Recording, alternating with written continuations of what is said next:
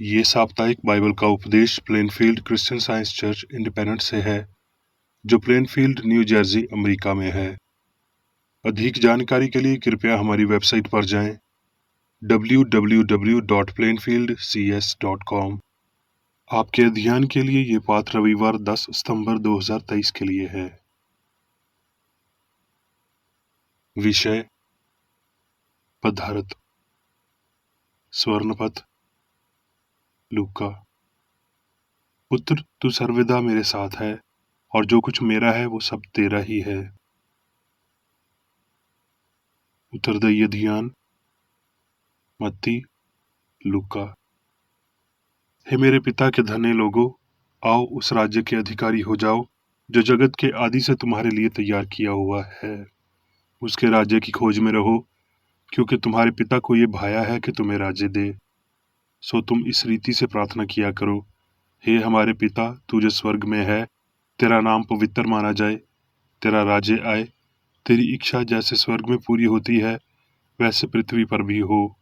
हमारे दिन भर की रोटी आज हमें दे, और जिस प्रकार हमने अपने अपराधियों को क्षमा किया है वैसे ही तू भी हमारे अपराधों को क्षमा कर, और हमें परीक्षा में ना ला, परंतु बुराई से बचा, क्योंकि राज्य और पराक्रम और महिमा सदा तेरे ही हैं। आमीन। पाठ उपदेश बाइबल में से यशाया। क्योंकि प्राचीन अकाल ही से तुझे छोड़ कोई और ऐसा परमेश्वर ना तो कभी देखा गया और ना कान से उसकी चर्चा सुनी गई, जो अपनी बात जोहने वालों के लिए काम करे। तो भी हे यहोवा, तू हमारा पिता है। देख, हम तो मिट्टी हैं और तू हमारा कुम्हार है। हम सब के सब तेरे हाथ के काम हैं। भजन संहिता। मैं तेरा धन्यवाद करूंगा, इसलिए कि मैं भयानक और अद्भुत रीति से रचा गया हूँ। तेरे काम आश्चर्य के हैं, और मैं इसे भाली भांति जानता हूँ। जब मैं गुप्त में बनाया जाता और पृथ्वी के नीचे स्थानों में रचा जाता था, तब मेरी हड्डियां तुझसे छिपी न थीं। तेरी आंखों ने मेरे बेडौल तत्व को देखा। हे ईश्वर, मुझे जांच कर जान ले, मुझे परख कर मेरी चिंताओं को जान ले, और देख के मुझ में कोई बुरी चाल है कि नहीं, और अनंत के मार्ग में मेरी अगुवाई कर। लूका। फिर यीशु आत्मा की समर्थ से भरा हुआ गलील को लौटा, और उसकी चर्चा आसपास के सारे देश में फैल गई। लूका। जब वो किसी नगर में था, तो देखो, वहां कोढ़ से भरा हुआ एक मनुष्य था, और वो यीशु को देखकर मुंह के बल गिरा और विनती की कि हे प्रभु, यदि तू चाहे तो मुझे शुद्ध कर सकता है। उसने हाथ बढ़ाकर उसे छुआ और कहा, मैं चाहता हूं कि तू शुद्ध हो जा, और उसका कोढ़ तुरंत जाता रहा। लूका। सब चुंगी लेने वाले और पापी उसके पास आया करते थे ताकि उसकी सुने। फिर उसने कहा, किसी मनुष्य के 2 पुत्र थे। उनमें से छोटे ने पिता से कहा कि हे पिता, संपत्ति में से जो भाग मेरा हो वो मुझे दे दीजिए। उसने उनको अपनी संपत्ति बांट दी। और बहुत दिन ना बीते थे कि छोटा पुत्र सब कुछ इकट्ठा करके दूर देश को चला गया, और वहां कुकर्म में अपनी संपत्ति उड़ा दी। जब वो अपने आपे में आया, तब कहने लगा कि मेरे पिता के कितने ही मजदूरों को भोजन से अधिक रोटी मिलती है, और मैं यहाँ भूखा मर रहा हूँ। मैं अब उठकर अपने पिता के पास जाऊंगा और उससे कहूंगा कि पिताजी, मैंने स्वर्ग के विरोध में और तेरी दृष्टि में पाप किया है। अब इस योग्य नहीं रहा कि तेरा पुत्र कहलाऊं। मुझे अपने एक मजदूर के नियन रख ले। तब वो उठकर अपने पिता के पास चला। वो अभी दूर ही था कि उसके पिता ने उसे देखकर तरस खाया, और दौड़कर उसे गले लगाया और बहुत चूमा।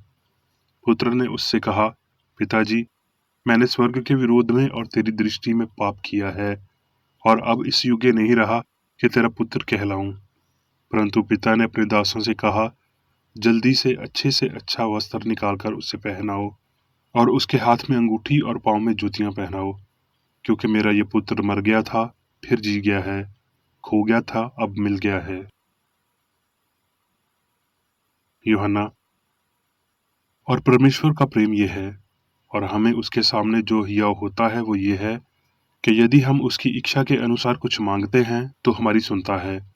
हम जानते हैं कि हम ईश्वर से हैं और सारा संसार उस दुष्ट के वश में पड़ा है, और ये भी जानते हैं कि परमेश्वर का पुत्र आ गया है और उसने हमें समझ दी है कि हम उस सच्चे को पहचाने और हम उसमें जो सत्य है अर्थात उसके पुत्र यीशु मसीह में रहते हैं। सच्चा परमेश्वर और अनंत जीवन यही है। यूहन्ना।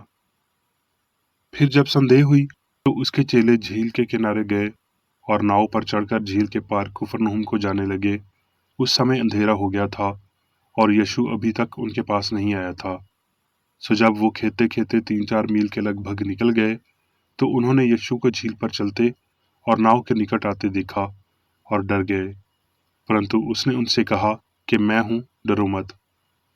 सो जब भीड़ ने देखा कि यहाँ ना यीशु है और ना उसके चेले, तो वो भी छोटी छोटी नावों पर चढ़ के यीशु को ढूंढते हुए कुफरनहूम को पहुंचे। यीशु ने उन्हें उत्तर दिया कि मैं तुमसे सच कहता हूँ कि तुम मुझे इसलिए नहीं ढूंढते हो कि तुमने अचंभत काम देखे, परंतु इसलिए कि तुम रोटियां खाकर तिरपत हुए। नाशमान भोजन के लिए परिश्रम न करो, परंतु उस भोजन के लिए जो अनंत तक ठहरता है, जिसे मनुष्य का पुत्र तुम्हें देगा, क्योंकि पिता अर्थात परमेश्वर ने उसी पर छाप कर दी है। उन्होंने उससे कहा, परमेश्वर के कार्य करने के लिए हम क्या करें? यीशु ने उन्हें उत्तर दिया, परमेश्वर का कार्य ये है कि तुम उस पर जिसे उसने भेजा है विश्वास करो, क्योंकि परमेश्वर की रोटी वही है जो स्वर्ग से उतरकर जगत को जीवन देती है।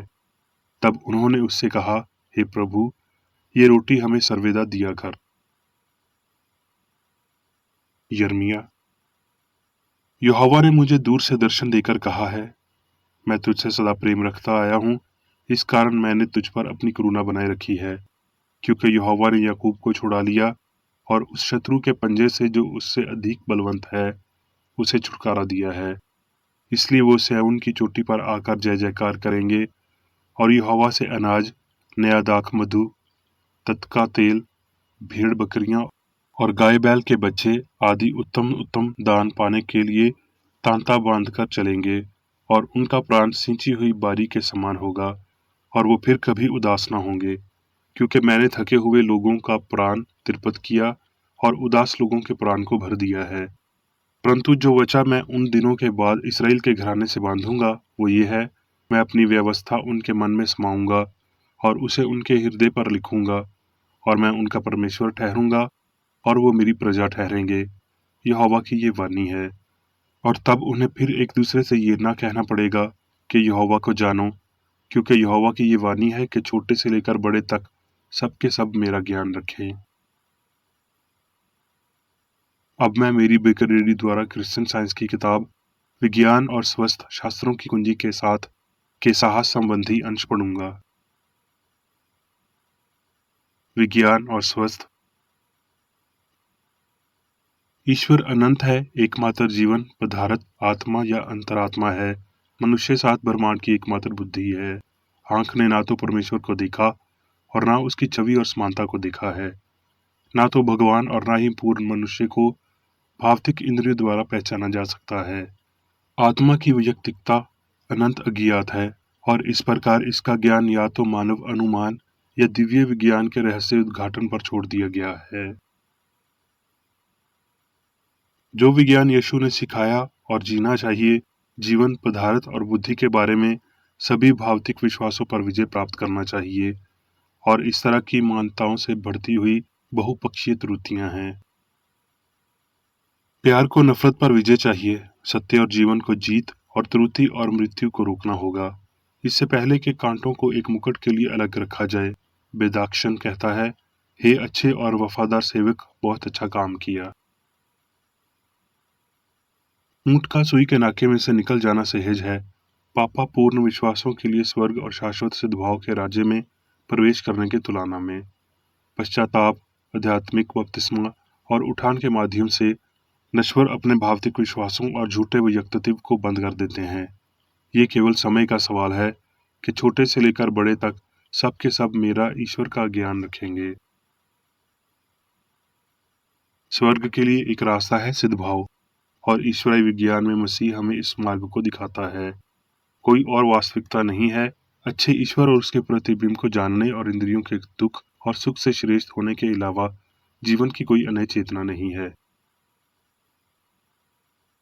जैसे ही हम सभी भौतिक कामुकता और पाप से ऊपर उठते हैं, हम स्वर्ग से आकांक्षा और आध्यात्मिक चेतना तक पहुंच सकते हैं, जिसका संकेत भगवान की प्रार्थना में दिया गया है और जो तुरंत ठीक कर देता है।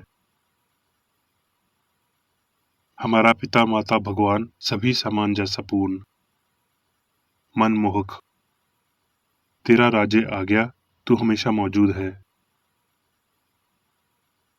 जैसा कि स्वर्ग में है पृथ्वी पर भी हो कि हम ये जानने में सक्षम हों कि ईश्वर सर्वशक्तिमान है, सर्वज्ञ है। आज के लिए हमें अनुग्रह दे, कृपया प्रायश्चित स्नेह खिलाएं। और प्यार प्यार में परिलक्षित होता है। और परमेश्वर हमें प्रलोभन में नहीं ले जाता है, बल्कि हमें पाप, बीमारी और मृत्यु से बचाता है। क्योंकि परमेश्वर अनंत है, सर्वशक्ति है, सभी जीवन, सत्य, प्रेम, सभी पर शासक है और सभी में है। यदि हम एक साकार व्यक्ति के रूप में ईश्वर से प्रार्थना करते हैं, तो ये हमें उन मानवीय संदेहों और भयों को त्यागने से रोक देगा जो इस तरह के विश्वास में शामिल होते हैं। और इसलिए हम अनंत निराकार प्रेम द्वारा किए गए चमत्कारों को नहीं समझ सकते हैं, जिसके लिए सभी चीजें संभव हैं। दिव्य सिद्धांत प्रेम के बारे में मानवीय अज्ञानता के कारण सभी के पिता को एक साकार निर्माता के रूप में दर्शाया गया है।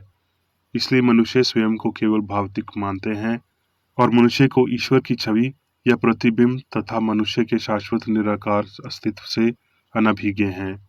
त्रुटि की दुनिया सत्य की दुनिया से अनभिज्ञ है, मनुष्य के अस्तित्व की वास्तविकता से अनभिज्ञ, क्योंकि संवेदना की दुनिया आत्मा में जीवन के बारे में नहीं जानती है, ना कि शरीर में। सत्य में त्रुटि की कोई चेतना नहीं है, प्रेम में घृणा का भाव नहीं है, जीवन का मृत्यु से कोई संबंध नहीं है। सत्य, जीवन और प्रेम अपने से भिन्न हर चीज के विनाश का नियम है, क्योंकि वो ईश्वर के अलावा कुछ भी घोषित नहीं करते हैं। सत्य, प्रेम और जीवन पदार्थ हैं। स्वयं के लिए नश्वर और भौतिक व्यक्ति पदार्थ प्रतीत होता है, लेकिन पदार्थ की उसकी भावना में त्रुटि शामिल है और इसलिए सामग्री लौकिक है। दूसरी ओर अमर आध्यात्मिक व्यक्ति वास्तव में पर्याप्त है और शाश्वत पदार्थ या आत्मा को दर्शाता है, जो मनुष्यों के लिए आशा है। वो परमात्मा को दर्शाता है, जो एकमात्र वास्तविक और शाश्वत इकाई है। ये प्रतिबिंब नश्वर अर्थ को पारलौकिक लगाता है, क्योंकि आध्यात्मिक मनुष्य की पर्याप्तता नश्वर दृष्टि को पार कर जाती है और ये केवल दिव्य विज्ञान के माध्यम से प्रकट होती है। जैसा कि ईश्वर पदार्थ है और मनुष्य ईश्वरी छवि और समानता है, मनुष्य को आत्मा के पदार्थ की इच्छा करनी चाहिए और केवल पदार्थ की, न कि सामग्री की, और वास्तव में उसने ऐसा ही किया है। जिस अनुपात में मनुष्य को सभी वास्तव में मनुष्य के रूप में खो देती हैं, उसी अनुपात में मनुष्य उसका स्वामी बन जाता है। वो तत्वों की एक दिव्य भावना में प्रवेश करता है और यीशु के धर्म शास्त्र को समझने के रूप में बीमारों को ठीक करने, मृतकों को ऊपर उठाने और लहर पर चलने के रूप में प्रदर्शित करता है। इन सभी कर्मों से यीशु का विश्वास इस बात पर है कि ये जीवन का मध्यस्थ या अस्तित्व के किसी भी रूप का निर्माणकर्ता हो सकता है। वास्तविकता और उसके विज्ञान में होने के कर्म को समझने के लिए आपको प्रेम को उस सभी के दिव्य सिद्धांत के रूप में फिर से शुरू करना चाहिए जो वास्तव में है। अस्तित्व की सत्यता को ध्यान में रखें। वो मनुष्य ईश्वर की छवि और समानता है, जिसमें सभी अस्तित्व दर्द-रहित और स्थायी हैं। याद रखें कि मनुष्य की पूर्णता वास्तविक और अप्राप्य है, क्योंकि वो अनंत मन सभी पदार्थों के युग का प्रतिनिधित्व करता है। जब हम क्रिश्चियन साइंस में रास्ता देखते हैं और मनुष्य के आध्यात्मिक होने को पहचानते हैं, तो हम भगवान की रचना को समझेंगे। पृथ्वी और स्वर्ग और मनुष्य की सभी महिमा है। अनंत आत्मा सभी होने के नाते नश्वर चेतना वैज्ञानिक तथ्य के लिए अंतम पैदावार होगी और गायब हो जाएगी, और सही और हमेशा के लिए होने का वास्तविक अर्थ प्रकट होगा। अब मैं मेरी बेकर रेड्डी द्वारा चर्च मैनुअल में दिए गए 3 दैनिक कर्तव्यों को पढ़ूंगा। दैनिक प्रार्थना। प्रत्येक दिन प्रार्थना करने के लिए इस चर्च के प्रत्येक सदस्य का कर्तव्य होगा, तुम्हारा राज्य आए, ईश्वरीय सत्य, जीवन और प्रेम के शासन को मुझ में स्थापित कर और मुझ पर शासन कर, और तेरा वचन सभी मनुष्यों के स्नेह को समृद्ध कर सकता है और उन पर शासन कर। आदेशों और कर्तव्यों के लिए एक नियम। ना तो दुश्मनी और ना व्यक्तिगत लगाव मदर चर्च के सदस्यों के आदेशों और कर्तव्यों पर लागू करना चाहिए। विज्ञान में दिव्य प्रेम ही मनुष्य को नियंत्रित करता है और एक क्रिश्चियन विज्ञानी प्यार की मीठी सुविधाओं को दर्शाता है। प्यार में डांटने पर, सच्चा भाईचारा, परोपकार और क्षमा में। इस चर्च के सदस्यों को प्रतिदिन ध्यान रखना चाहिए और सभी बुराई दूर करने, भविष्यवाणी, न्याय करने, निंदा करने, परामर्श देने, प्रभावित करने या गलत तरीके से प्रभावित होने से बचने के लिए प्रार्थना करनी चाहिए। कर्तव्य के प्रति सतर्कता। इस चर्च के प्रत्येक सदस्य का यह कर्तव्य होगा कि वो प्रतिदिन आक्रामक मानसिक सुझाव से बचाव करे और भूलकर भी ईश्वर, नेता और मानव जाति के प्रति अपनी कर्तव्य की उपेक्षा नहीं करनी चाहिए। उनके कामों से उन्हें आंका जाएगा और वो उचित या निंदनीय होगा।